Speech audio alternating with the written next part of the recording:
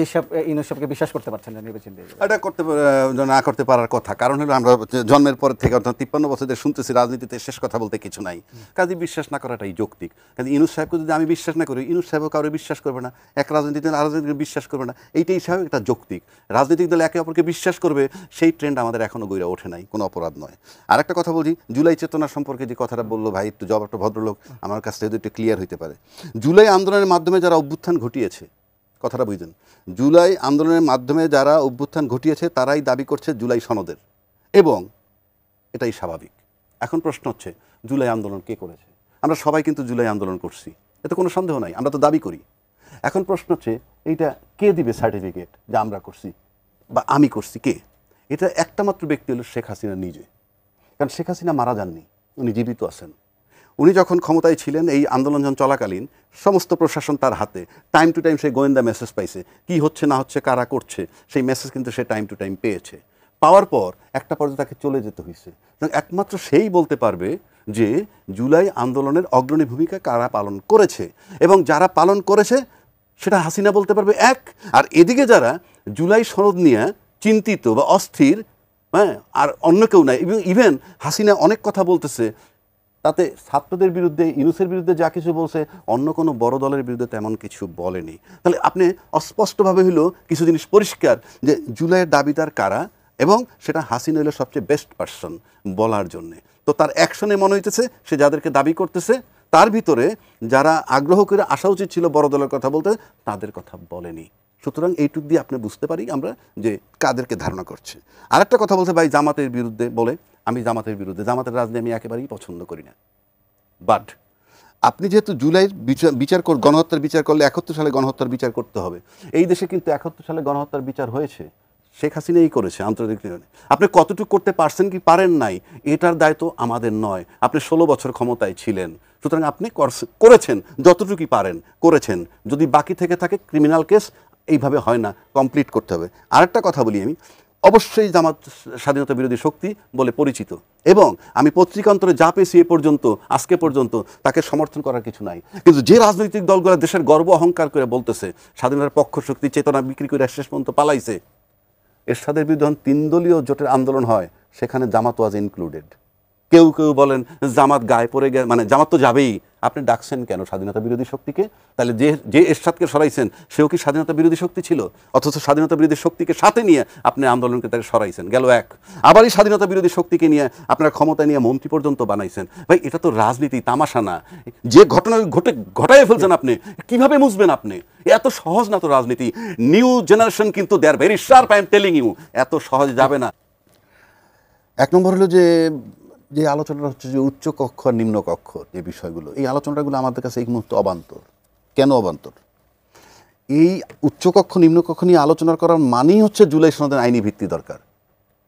জুলাই সনদের আইনি ভিত্তি না করলে আপনি এই আলোচনা করে আমার লাভটা কি?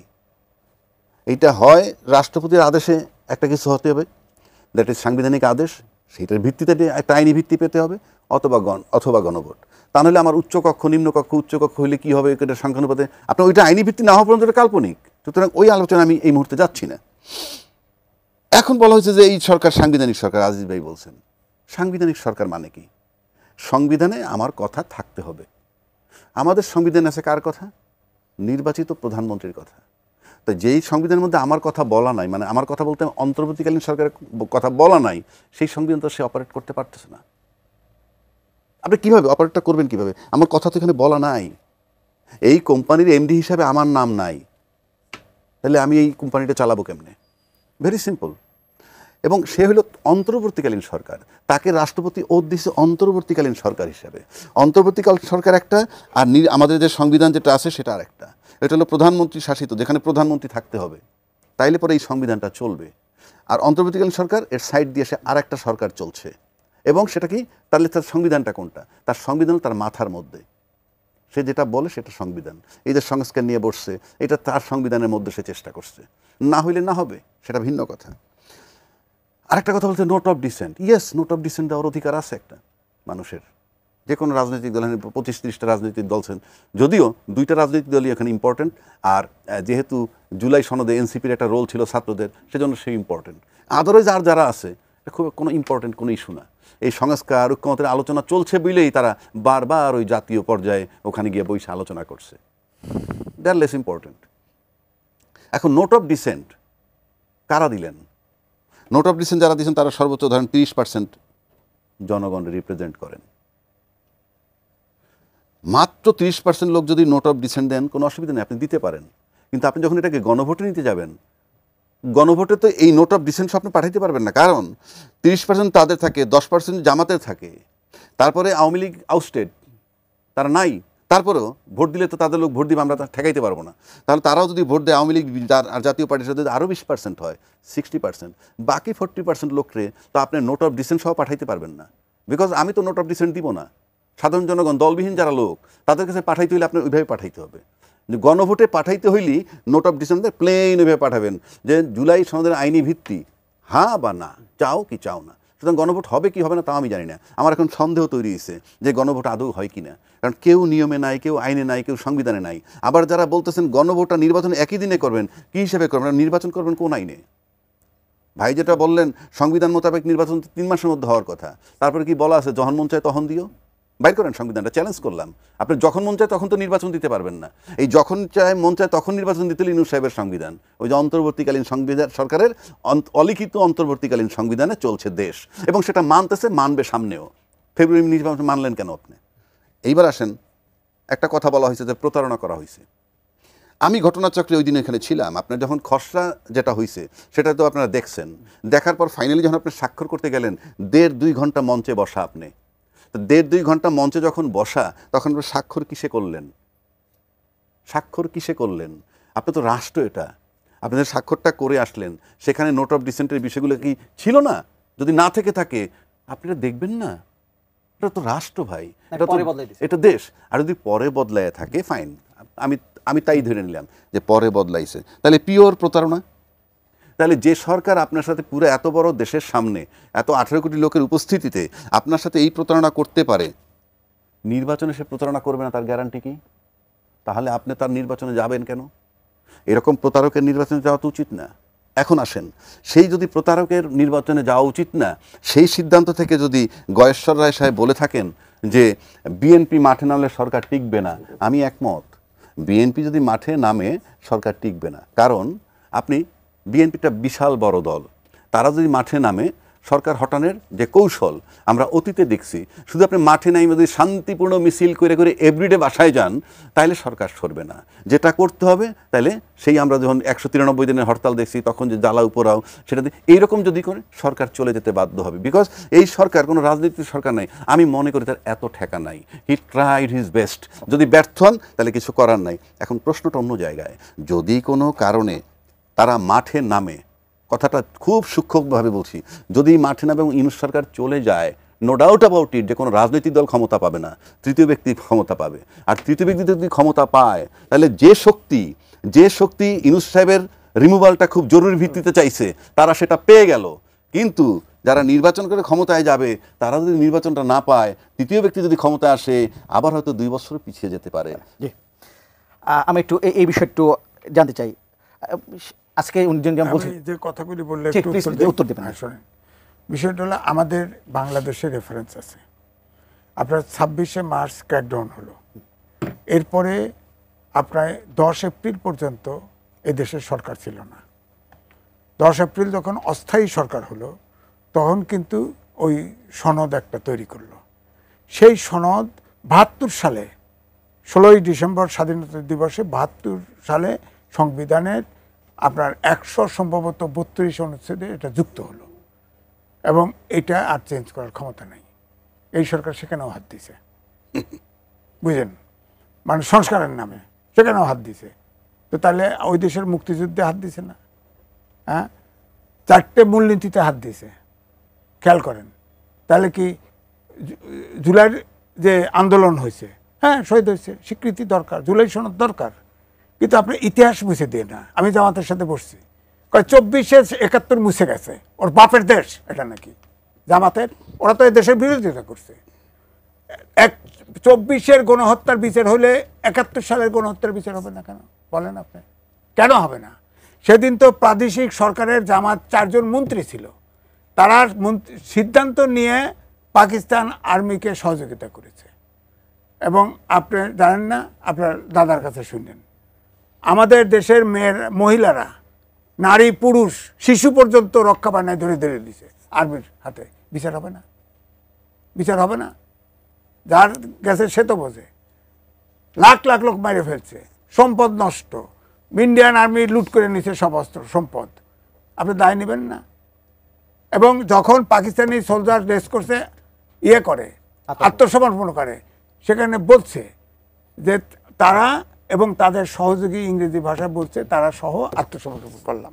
অর্থাৎ রাজাকার, আলবদর, আলশাম সব শান্তি বাহিনী সব আত্মসমর্পণ করলো। অর্থাৎ ওইটা ছিল আর্মির, পাকিস্তান আর্মির কোলাবোরেটর। সোজা কথা। তাদের বিচার হবে না কেন? বিচার হবে যতদিন বিচার থাকবে। ৭১-এর ২৪-এর গণহত্যার যদি বিচার হয়, ৭১-এর যদি এখন না হয়, এটাও কিন্তু আওয়াজ উঠবে, এটাও আওয়াজ উঠবে। তারা তো এখন বলছে যে মনে কষ্ট দিয়ে থাকলে অন্য কোনোভাবে জামাত ইসলাম কোনো কষ্ট আরে দিলে ভাই, তাদের এটা ক্ষমা বলতে চাচ্ছে। ৪৭ সাল থেকে ২০২৪-এর এত মিনিট এত সেকেন্ড পর্যন্ত কোনো কারো যদি মনে কষ্ট দিয়ে থাকি, ১০০টা কাজ করলে একটা ভুল হতেই পারে, তাতে মনে কষ্ট দিয়ে থাকলে আমরা নিঃশর্ত ক্ষমা চাই। এটা কেমন ক্ষমা চাওয়া হলো? ১। ২ নম্বর হলো, আপনার এখন যদি আমি গুলি করে মেরে ফেলি, আপনার পরিবার ছাড়বে আমাকে? আপনার গণহত্যার মাপ কিসের? গণহত্যার মাপ কিসের? উনি তো সিনিয়র অ্যাডভোকেট, ফৌজদারি অপরাধের কিসের মাপ? এত রাখছিল প্রেসিডেন্ট, এবারে সংস্কারে এটা কমায় দিছে, তাই না? এখন প্রেসিডেন্ট তো সব মাফ করে দিতে পারে জেলখানায়, এখনো আইন তো হয় নাই।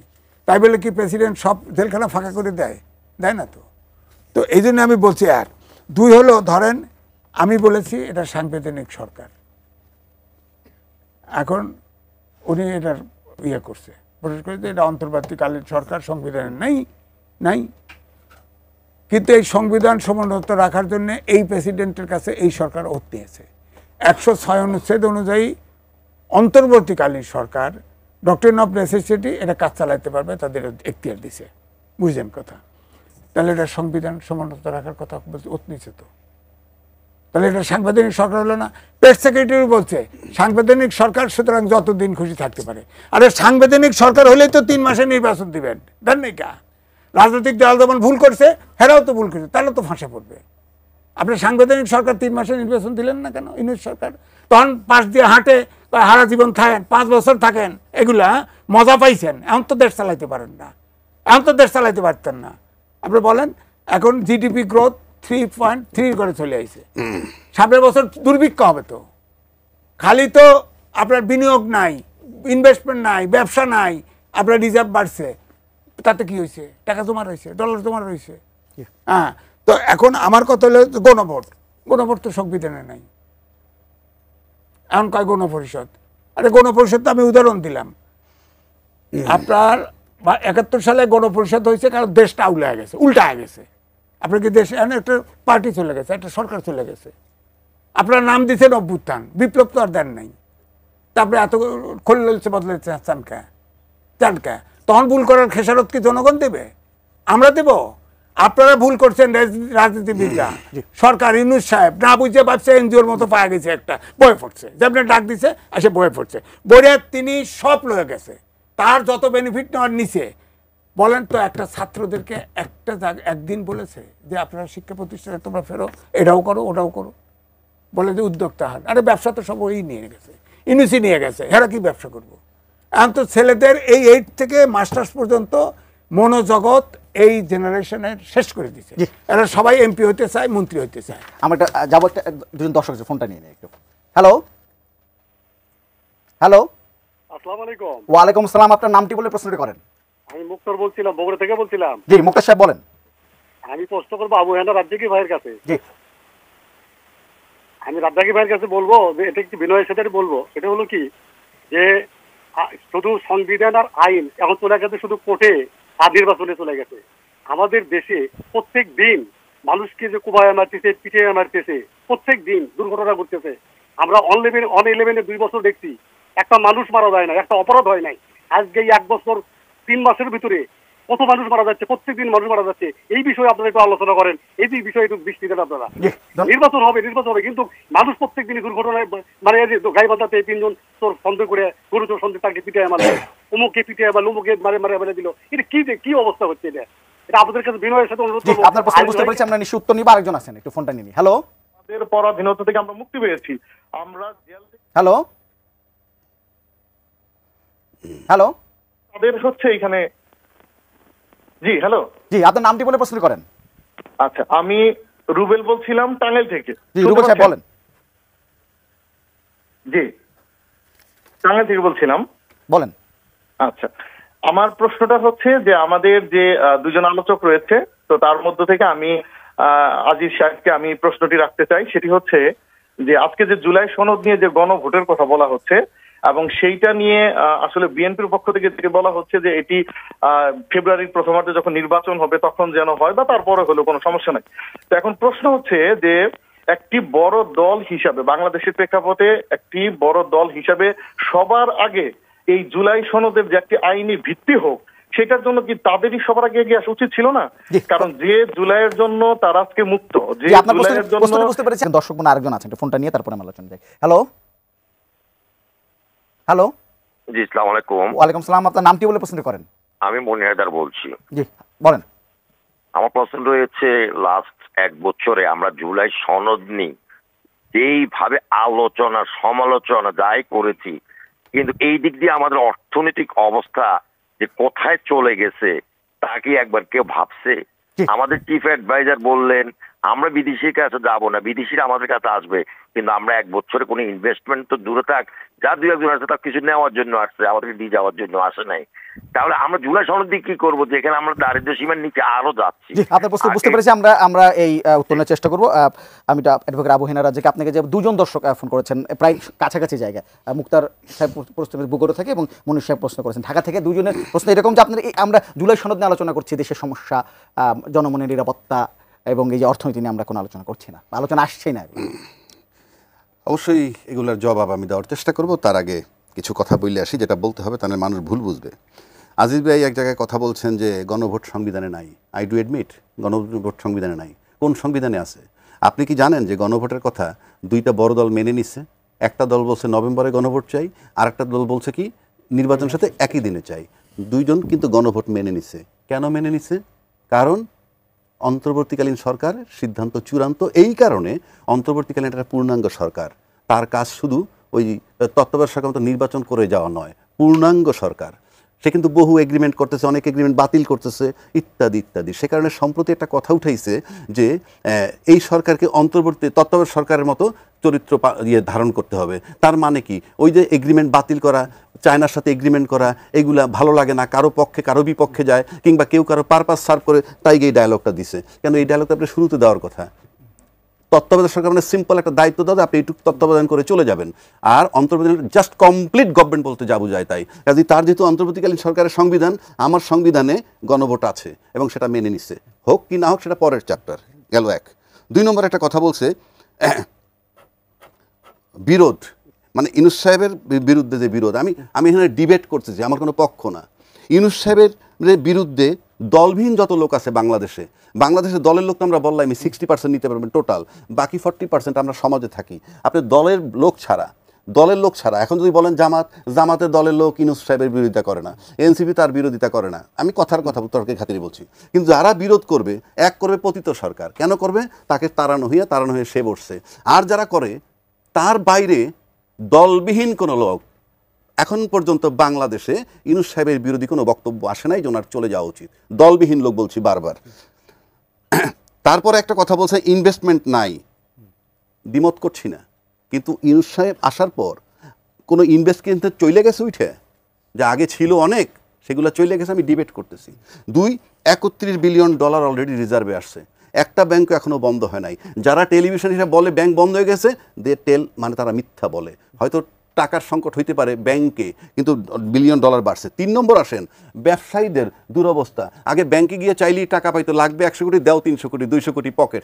এত ইজি টাকা বের হচ্ছে না ব্যাংক থেকে, সুতরাং দে আর ইন ট্রাবল। নাম্বার 1, কোনো অনেস্ট ব্যবসায়ীর কোনো প্রবলেম হচ্ছে না বিজনেসে, যে জেনুইন ব্যবসা করে। এলসি দিব টাকা তারপরে যেই টার্মোয়েল সিচুয়েশন হয়েছে তাতে কিছু লোড নিতে হবে। অ্যাটলিস্ট আমার লোক মারা যেত আয়না ঘরে, ক্রস ফায়ারে লোক মারা যেত, 57 জন সেনা অফিসার মারা গেছে, আমি সেই জায়গার থেকে উদ্ধার পাইছি, এগুলা বলতে হবে যে অবশ্যই এটা ডেভেলপমেন্ট। আপনি রাষ্ট্রের লোকের স্বাধীনতা অনেক বেশি ইম্পর্টেন্ট আমার ব্যবসার চেয়ে। ব্যবসা যারা কর্পোরেট করে হাতে গোনা লিমিটেড, এই কর্পোরেটরা টাকা লুট করে, সেগুলো দিয়ে রাজনীতিবিদরা এনজয় করে। রাজনীতিবিদদের কাছে যে প্রফিট ফান্ডটা আসে কোত্থেকে? লুটেরা বাহিনীর টাকা। জেনুইন পায়ের নখ থেকে মাথার চুল পর্যন্ত যাদের ঘাম দিয়ে টাকা রোজগারে তাদের টাকা আসে না, ওই রকম লুটেরা বাহিনীর টাকা সেটা যায়। এখন আপনার আরেকটা কথা বলি, এক ভাই যে প্রশ্ন করছেন আমাকে যে 111-এর সময়, 111-এর সময় সেই প্রশ্নটা করছেন মুক্তার সাহেব বগুড়া থেকে, যে 111-এর সময় সাংঘাতিকভাবে ল অ্যান্ড অর্ডার পক্ষে ছিল, এটা শিওর, আমি অ্যাডমিট করি। এই কথাটাই আমি তাকে বুঝাইতে চাই, আশা করি উনি বুঝবেন। 111-এর সময় সরকার প্রধান কে ছিলেন? ফখরুদ্দিন। আর আজকে সরকার প্রধানকে ইউনূস সাহেব। আমি যে তর্কের কাছে সিম্পল, দুইটা লোকের ব্যক্তিগতভাবে আনেন, দুইজন লোকই নন পলিটিক্যাল, এবং তার সেই ক্ষেত্রে যে নন পলিটিক্যাল লোক হিসেবে আপনি যদি বলেন 111 সালে ফখরুদ্দিনের সাহেবের চেয়ে অবশ্যই ইউনূস সাহেব অনেক গ্রহণযোগ্য ব্যক্তি, যদি আপনি সিম্পল, তারা নন পলিটিক্যাল দুইজনই। এখন আসেন, সেই 111-এর সময় ফখরুদ্দিন সাহেবের পাশে কিন্তু একজন আর্মি চিফ ছিলেন, মাঠে সেনাবাহিনী ছিল, মাটি থরথর করে কাঁপত। আবার আজকে ইউনূস সাহেবের পাশেও ম্যাজিস্ট্রেসি পাওয়ার নিয়ে মাঠে আর্মি আছে, পাশে সেনাবাহিনীর প্রধান আছেন, মাটি থরথরায় কাঁপছে না কেন? রোলটা কি তাহলে আর্মির নাকি রোলটা ইউনূস সাহেবের? ফখরুদ্দিন সময় রোলটা কি ফখরুদ্দিন সাহেবের নাকি আর্মির? সেটা আপনি বিবেচনায় নিতে হবে। This government is non cooperated by the administration from day one. কারণ আমরা এমন কথাও শুনেছি, দায়িত্বশীল ব্যক্তিরা বলছেন আমি বাধ্য হয়ে মেনে নিয়েছি। আপনি যখন একটা জিনিস বাধ্য হয়ে মেনে নেবেন, তার মানে তাকে অ্যাকসেপ্ট করেননি। এগুলোকে মাথায় রাখতে হবে যে কেন এই ঘটনাগুলো ঘটছে। নন কোঅপারেশন যাকে বলে, আমি মনে করি যে আমার ভাই বোধহয় এই বিষয়টা বুঝবেন। যে একজন দর্শক আপনাকে ফোন করেছিলেন, রুবেল টাঙ্গাইল থেকে ফোন করে বলেছিলেন যে বিএনপি একটা বড় দল, এবং বড় দল হিসেবে বিএনপির উচিত ছিল যে এই জুলাই সনদের আইনি ভিত্তিটা তাদেরই দাবি করা উচিত ছিল। এখন প্রশ্ন আমার ভিন্ন, বিএনপি কেন করছে সেটা আমি জানি না। আমি তো বলি জুলাই সনদের আইনি ভিত্তি দিবে কি করে? এখন আইনি ভিত্তি দিবে তো সংসদে যান, ঐক্যমত কমিশনে একমত হইতেন, এই একমত অবস্থা গণপরিষদ তো দরকারই নাই। আপনারা যদি একমত হতে পারতেন, সোজা সংসদ যেহেতু আইনি ভিত্তি, সংসদে যাবে। বিএনপি তো ওখানে স্বাক্ষর করেছে, নট অফ ডিসেন্ট বাদ দিয়ে ফাইনালটা করে দিছে, ভেজাল লাগাইছে তো ঐক্যমত্য কমিশন। জুলাই সনদ তো বিএনপি স্বাক্ষর করছে, এটি নিয়ে সমঝোতার ভিত্তিতে আপনি যান, ইয়েতে যান, আবার গণভোট করবেন, আইনি ভিত্তি চাইবেন, এগুলো কি সংবিধানের বাইরে যাচ্ছেন কেন? সব আপনি সংসদ ছাড়া আইনি ভিত্তি হবে না, তো সংসদে ইলেকশনে যাইতে হবে সোজা, এইটাই উত্তর। আর এই যে রাজনৈতিক যে এখন আমরা দেখতে পাচ্ছি, আমি একটু বলি, সরকার একজন বলেছেন, এবি পার্টির মঞ্জুর সাহেব বলেছেন যে এই সরকার যখন যে দিকে আছে সেদিকে ঝেলে পড়ছে, কখনো বিএনপির দিকে হেলে পড়ছে, আবার যখন জামাত চাপ দিচ্ছে তখন জামাতের দিকে হেলে পড়ছে। তিনি বলছেন যে সরকারের উচিত এখন শক্ত একটা অবস্থানে আসা। হেলে পড়ছে এটা বোঝা মুশকিল, তবে হেলে কখনো কখনো মনে হয়। তবে সরকারের যে নিজস্ব গতি সেটা সে রক্ষা করছে। যে প্রথম দিকে ইউনূস সরকার চাইছে যতদিন ক্ষমতায় থাকা যায়, কিন্তু এখন দেশ যেহেতু চালাতে পারতেছে না, দেশের অর্থনীতি খারাপ। আপনারা দেখেন জিডিপি গ্রোথ করোনাকালের চেয়ে কমছে, 3-এর ঘরে আইছে। দেশ সামনের বছরে এইভাবে ইউনূস থাকলে তো সামনের বছরে দুর্ভিক্ষ হবে, তো 74 সালের দুর্ভিক্ষ হয়ে লাখ লাখ লোক মারা যাবে তো, একটাতেই শেষ। অন্য কথা ব্যবসা নাই, বিনিয়োগ নাই। অনেক ডোল টাপক করে একটা বিনিয়োগ সেমিনার করলো না, 3100 কোটি টাকার ইয়ে পাইছিল, আশ্বাস পেয়েছিল, 1 টাকাও তো আসে। এখন কি তারা কোনো মতে নির্বাচন দিয়ে সরে যেতে যাচ্ছে? না, সরে যেতে চাচ্ছে না। নির্বাচন অনেক বেশি সময় হয়ে গেছে, দেশ যেহেতু চলছে না, সরকারের পক্ষ থেকে নির্বাচন দেওয়ার ইচ্ছা আছে, বোঝা যায়। কিন্তু ইউনূসকে অনেকেই বিশ্বাস করতে পারে, আমি বিশ্বাস করতে পারি। আচ্ছা, ঠিক আছে। কারণ ইউনূস সাহেব ওই যে মাঝখানে ছোটখাটো না, বড় ধরনের হামলা আসবে নির্বাচনকে বাধাগ্রস্ত করতে, তখন আমার মনে হয় যে ক্ষেত্র তৈরি করতেছে আরো থাকা যায় কিনা।